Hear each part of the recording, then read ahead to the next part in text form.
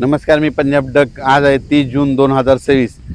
तर शेतकऱ्यासाठी एक महत्त्वाची एक अंदाज देणार आहे, कारण की ज्या भागात अद्यापही पाऊस झालेला नाही त्या शेतकऱ्याला सांगू इच्छितो की तुमच्यासाठी आनंदाची बातमी।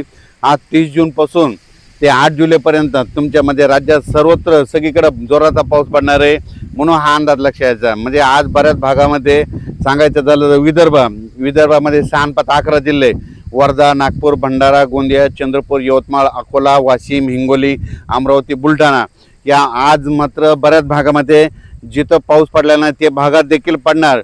पण 8 तारखेपर्यंत मात्र सगळीकडे पाऊस पडणार आहे, म्हणून हा अंदाज विदर्भातल्या सर्व शेतकऱ्यांना लक्षात घ्यायचा। 8 तारखेपर्यंत सगळीकडे पाऊस पडेल आणि सगळ्या विदर्भात शेतकऱ्याची पेरणी होणार आहे, म्हणून हे शेतकऱ्यांनी अंदाज लक्षात घ्यायचा। त्याच्यानंतर मराठवाड्याकडे देखील हिंगोली जिल्हा, नांदेड जिल्हा, परभणी जिल्हा, लातूर जिल्हा, धाराशिव जिल्हा, संभाजीनगर, जालना, बीड या परभणी आणि मराठवाड्यातल्या शेतकऱ्याला सांगू इच्छितो की आज देखील दुपारनंतर 3-4च्या नंतर मराठवाड्यामध्ये सगळ्या जिल्ह्यामध्ये जोराचा पाऊस पडणार आहे। दररोज वेगवेगळ्या भागात पडणार आहे। 8 दिवसामध्ये सगळीकडे पडून जाईल।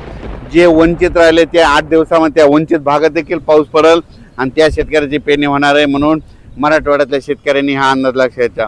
त्याच्यानंतर पश्चिम महाराष्ट्रातल्या शेतकऱ्याला सांगू इच्छितो की 8 दिवसामध्ये तुमच्या इकडे देखील जे भाग सुटलेला त्या सुटलेल्या भागात देखील पाऊस पडणार आहे, म्हणून हे अंदाज लक्षात घ्यायचा। त्याच्यानंतर उत्तर महाराष्ट्राकडे नंदुरबार जिल्हा झालं, धुळे जिल्हा झालं, जळगाव जिल्हा झालं, नाशिक, पुणे ह्या पट्ट्यातल्या सर्व शेतकऱ्याला सांगू इच्छितो तुमच्याकडे देखील म्हणजे आजच दुपारनंतर बऱ्याच ठिकाणी पाऊस जोराचा सुरुवात होणार आहे।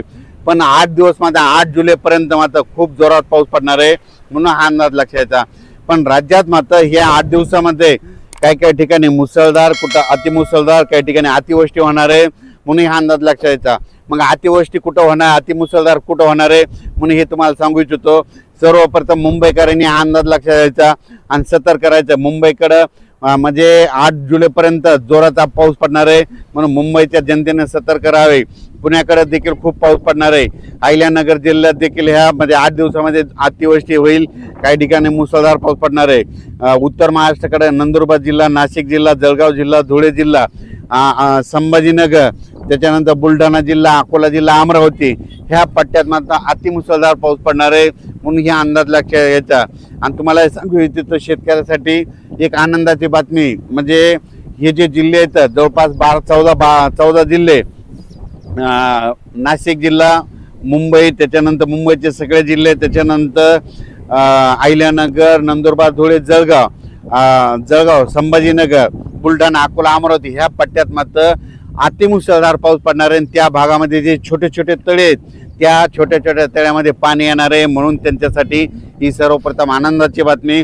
त्याच्यानंतर राज्यातल्या हे जे पाऊस आहे तिकडे जर मुसळधार पाऊस पडत असला तर उर्वरित राज्यात मात्र रिमझिम कुठं जोरात कुठं पेंडोल तासा पाऊस पडणार आहे ना 8 दिवसात मात्र संपूर्ण महाराष्ट्र व्यापून टाकणार आहे, म्हणून हे अंदाज लक्षात घ्यायचा।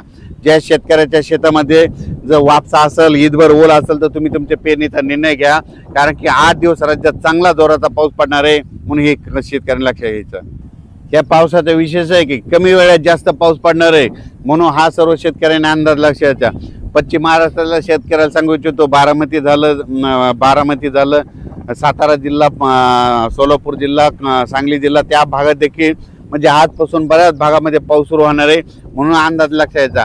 सांगायचं झालं तर हे सगळीकडेच पाऊस काय होणार आहे, म्हणजे जे आता हे जे पाऊस येणार आहे सगळीकडं कमी वेळेमध्ये जास्त पाऊस पडणार आहे, म्हणून हा अंदाज सर्व शेतकऱ्यांना लक्षात घ्यायचा।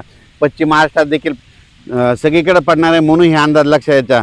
राज्यात मात्र आज 30 तारखेपासून आजच बघा म्हणजे खूप ठिकाणी पावसाला सुरुवात होईल आणि जे भाग निरंक राहिला तिथं देखील पाऊस पडणार आहे, म्हणून त्या शेतकऱ्यांनी घाबरून जाऊ नका, कारण की 8 दिवस तुमच्याकडे सगळीकडेच पाऊस पडणार आहे, सर्व शेतकऱ्याची पेरणी होणार आहे। मी म्हणलो होतो ना 10 जुलै ते 15 जुलैमध्ये जे वंचित राहिलेले सर्व शेतकऱ्याच्या पेरण्या होतील, कारण की 8 तारखेपर्यंत सगळीकडे पाऊस पडणार आहे, तोपर्यंत वापसा होतच नाही, मग सगळ्या शेतकऱ्याच्या पेरण्या 10 ते 15 मध्ये होऊन जातील, म्हणून हे सर्व शेतकऱ्यांनी लक्षात घ्यायचं।